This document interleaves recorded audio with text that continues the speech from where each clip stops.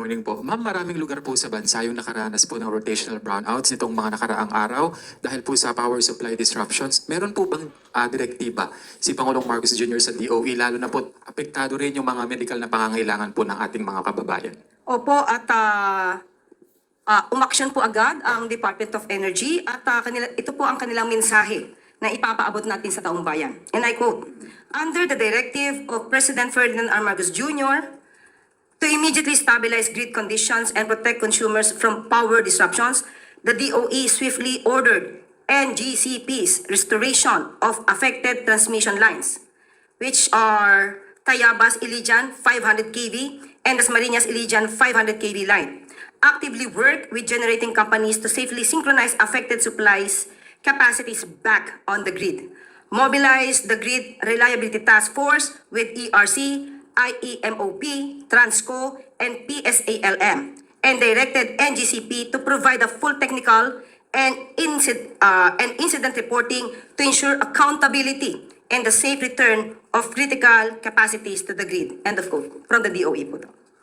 Sunod na tanong mula kay Katrina Domingo, ABS-CBN. Good morning, Undersecretary. How does the palace respond to growing calls to replace Interior Secretary John Vic Remulla? Wala pa pong anumang makukomento sa panawagang yan. Hindi po ito napag-uusapan sa ngayon. Gaano po ka-satisfied ang Pangulo doon sa performance ng DILG, not only with the Senate fiasco last week, but also with wrong information about Zaldico's golden visa, Zaldico's Portuguese passport, the timeline for his arrest, as well as the supposed soon release of the Interpol? Medyo nagkasunod-sunod po kasi. Ano po yung pinapataw ng Pangulo? How does the President hold the Interior Department accountable for these gaffes? Sa ngayon, ang huling pagkita ko po, na sila'y nagkausap sa aking huling, kumbaga ako'y witness, yung huling pagpupulong bago tayo nagkaroon ng briefing noong Huwebes. Wala po sa akin, personal po, ay wala naman po akong nakitaan na natanggal ang tiwala ng Pangulo kay Secretary John Vic Remulla. Ma'am, last for my... Sa ngayon. Ma'am, last for my end. So, ibig po ba sabihin, walang katotohanan yung mga umiikot na balita na maaaring si dating Senator Antonio Trillanes o kaya naman po ay si dating Interior Secretary Benhur Abalos yung pumalit kay John Vic Remulla sa DILG? Wala pa pong ganong ibinibigay sa ating mga impormasyon. Sunod na tanong mula kay Ivy Reyes, Bilyonario.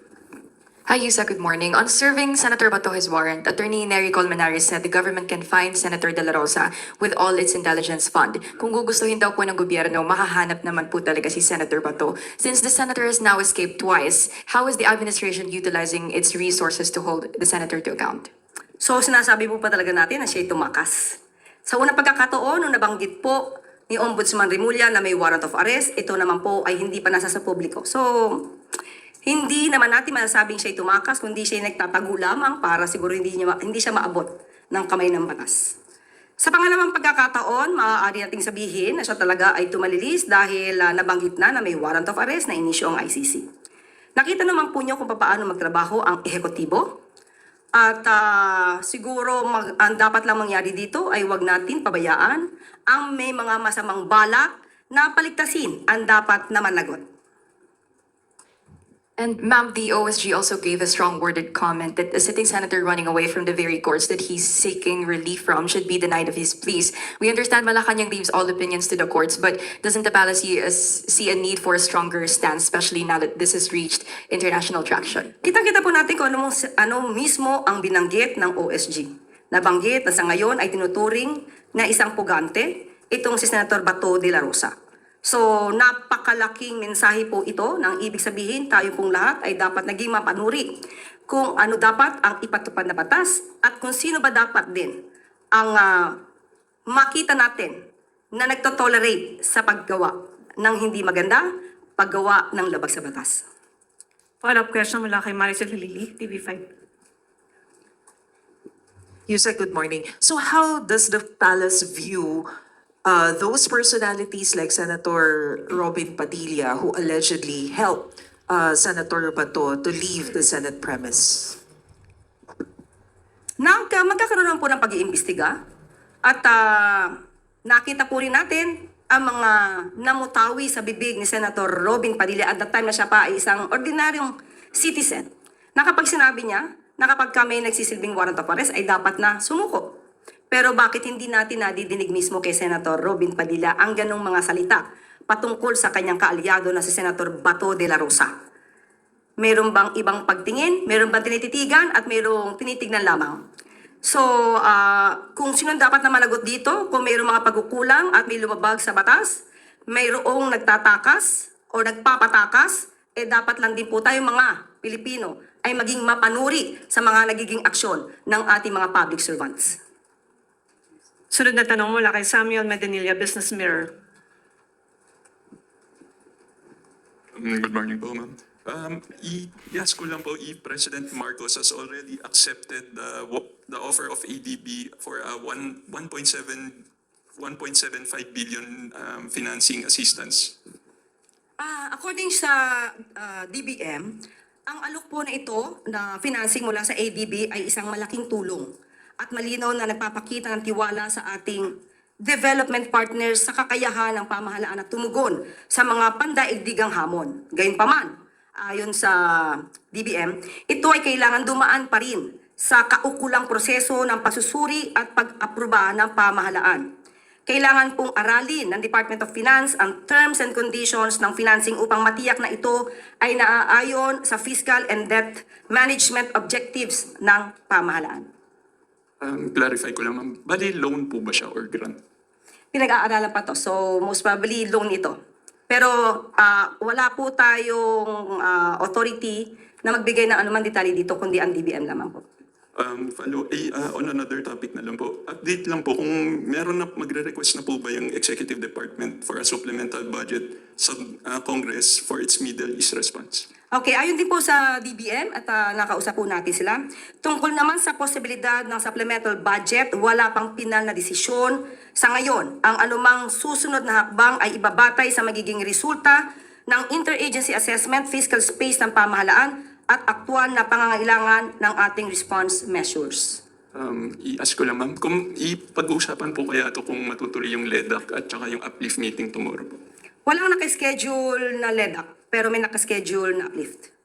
Bakit po kaya, last week po na-mention na baka May 19 yung LEDAC, bakit po hindi na po siya matutuloy? Wala pong nasabi sa aking dahilan. Wala lang po sa schedule. Thank you po. Sunod na tanong mula kay Rafi Aying, Daily Tribune. Hi, ma'am. May we just know why the president appointed former Iloilo City Mayor Jed Mabilog, despite his name being included in the drugs watch list during the term of President Duterte? Siguro kung nasa drugs watch list siya, wala po tayong personal na kaalaman dyan. At siguro kung nasa drugs watch list siya, dapat na-demanda na po siya sa ngayon. May demanda na po ba? Parang binigyan po, di ba, ng clemency? No. About the drugs list. Wala pa naman. So walang kaso. And on another topic po, as the impeachment proceedings officially starts, hopefully today, ano ang pakiusap ng palasyo sa mga senator na tatayong judges? Kasi alam naman po natin na maraming kaalyado si Vice President Sara Duterte sa Senado. Alam naman po natin, ang impeachment trial ay trabaho po ito at mandato po ito sa Senado. Hindi po kailangan na makialam ang Pangulo sa sinabing mandato ng Senado dahil meron po tayong separation of powers. Ang dapat lang po sigurong laging natin tandaan, hindi lang mga Senado, hindi lang sa Senado at Senador, kundi tayo mismo mga Pilipino, ang dapat na managot, ayon nga sa Pangulo, ay dapat na managot. So, wag na lamang siguro maging daan ang sinuman sa pagtakas ng mga dapat na managot. Thank you. Follow-up question, Ivan Mayrian, GMA. Ma'am, tungkol ito sa sa status ni Senator Bato de la Rosa na sabi ng Office of the Solicitor General ay isang pugante at dapat natin kilalanin ng warrant from the ICC. Last week, ang sabi po ng Pangulo sa kanyang statement, wala siyang utos na arestuhin si Senator Bato. Ganon pa rin po ba ang utos niya despite the position of the OSG that Senator Bato is a fugitive? Kung ano po ang dapat na gawin, nagsalita na po ang DOJ. Nasa ngayon dahil meron po tayong hinihintay na desisyon mula sa Supreme Court at iginagalang po ng Pangulo at ng Administrasyon ang nakabingbing kaso sa Supreme Court. Ngunit hindi kailangang tumakas palabas ng bansa si Senator Bato de la Rosa. Kapag siya ay nagtangka, ayon na rin sa DOJ, siya ay huhulihin. So kung yun po ang posisyon ng Pangulo last week, pwede po ito magbago depende sa magiging development sa pending na petisyon sa Supreme Court. Opo. Pangalawang tanong ko lang po, as President and as a former member of the Senate, may nabanggit po ba ang Pangulo sa inyo on what he thinks, how he feels about what's happening in the Senate presently? Sa ngayon po, ang alam po natin sa Pangulo ay kailangan lang ipatupad kung ano ang nasa batas. Hindi kailangan na ang bawat isa ay sariling pagyaman ang gawin. Hindi ang iilang interes ang dapat na pagyamanin, kundi dapat tumugon kung ano ang sinasabi ng konstitusyon, patupad kung ano sinasabi ng batas. Did you hear him express, galit ho ba siya? Dismayado siya? Nalulungkot siya sa nangyayari sa Senado ngayon? Sa huling pangyayari, patungkol dun sa di umano na pagtakas at pagkawala kahit na may protective custody ang Senado, nakakadismaya naman talaga. Sinabi po yun ng Pangulo that he is disappointed with how Nung things are turning out. nagkaroon po ng meeting, inalam niya kung anong pangyayari at makikita mo sa itsura ng Pangulo at kung paano siya magtanong sa mga cabinet secretaries, nandun po yung disappointment. Hindi sa cabinet secretaries, kundi sa pangyayari sa Senado. Follow-up question mula kay Katrina Domingo, ABS-CBN. Ma'am, yung tanong ng marami ngayon, I would like to direct to the President. Kung hindi ka pagalit, bakit? Kung hindi ka pagalit, ba? Yes, with the performance of the arrest, because this is not the first time that the Philippines tried to serve an arrest warrant from the ICC. The public has been comparing the performance of former PNP Chief Torre compared to the failure of the NBI to serve the arrest warrant against De La Rosa. Bakit po hindi na-hold accountable kung sino mang ahensya yun pong nagkulang para maipatupad yung pagsaserve ng arrest warrant? I-correct po natin to, there was no failure on the part of the NBI agents. Hinarang sila. But was it right for the NBI to succumb to the authority of the Senate na ilagay under, na ipahinto o ipahalt o isuspend yung pagsaserve ng arrest warrant while he is under protective custody? The question is, was the Senate correct in interfering with the service of the warrant of arrest? But was it right for the NBI to actually adhere to the demand of to that demand of the Senate kung wala naman pong legal basis according to some analysts? Dito makikita nyo kung sino ang may respeto sa isang institusyon at sino ang hindi rumispeto sa batas. Sunod na tanong mula kay Hannah Santo, DZAR. Hi, ma'am. Yung nangyari po sa Senate po, with all yung tawag ni Senator Aimee, Senate siege, may reaction po ba yung Pangulo given na naging senador siya? Kung makukonsider niya ba na desecration ng institution yung nangyari po? Senate siege. Was it under attack? It was not. The Senate was not under attack. You can see that from the news, not only from the statements of the NBI and PNP, it was only the statement made by Senator Alan Cayetano. So as far as we are concerned, as far as the government is concerned, Senate was never under attack. And this is also the position of the President po, Of ma'am. course. And another question po, kasi nagkaroon po ng change in leadership, and I don't know kung magkakaroon pa ulit today. Ano po ang reaction ng Pangulo po dun sa pagpapalit po, considering na ngayon na yun, sisimula na yung impeachment trial po sa Senado? Ang papapalit ng liderato sa Senado ay kanila po yung aktibidad. So wala naman pong kinalaman ng Pangulo kung magpapalit sila ng liderato o hindi. So, sa kanila po yan. Nasa Senado po yan. Sunod na tanong mula kay Ace Romero, Philippine Star. Yusek, may we just get the President's thoughts on the Ombudsman's decision to suspend the Senate Sergeant at Arms over what happened to the Senate recently? Ang Ombudsman po ay isang independent body. So, trabaho po yan ng Ombudsman. But sang-ayon ba kayo or ano ang thoughts niyo about this given that you've been saying dapat accountable yung dapat managot? Sang-ayon man o hindi sang-ayon ang administrasyon, sinabi po natin, ang Ombudsman po ay isang independent body. So kung ano po ang kanilang magiging desisyon, yan po ay hindi panghihimasukan ng Pangulo. Salamat po. Sunod na tanong mula kay Raquel Bayan, Radyo Pilipinas. Yusek, para hindi na lang po maulit yung komosyon na nangyari sa Senado at para hindi na rin po maulit yung long hours ng pag-aantay ng dating hinuhuli po si dating Pangulong Rodrigo Duterte at para hindi na rin po masyadong magamit yung resources ng gobyerno with naman ang kanyang call kay Senator Bato de la Rosa na isuko na lang po yung sarili niya. Mas maganda po na bilang dating PNP chief at alam naman po niya na may valid warrant of arrest na inisyo ang ICC at katulad ng sinasabi dati ni Senator Robin Padilla, kung walang kasalanan, lumabas.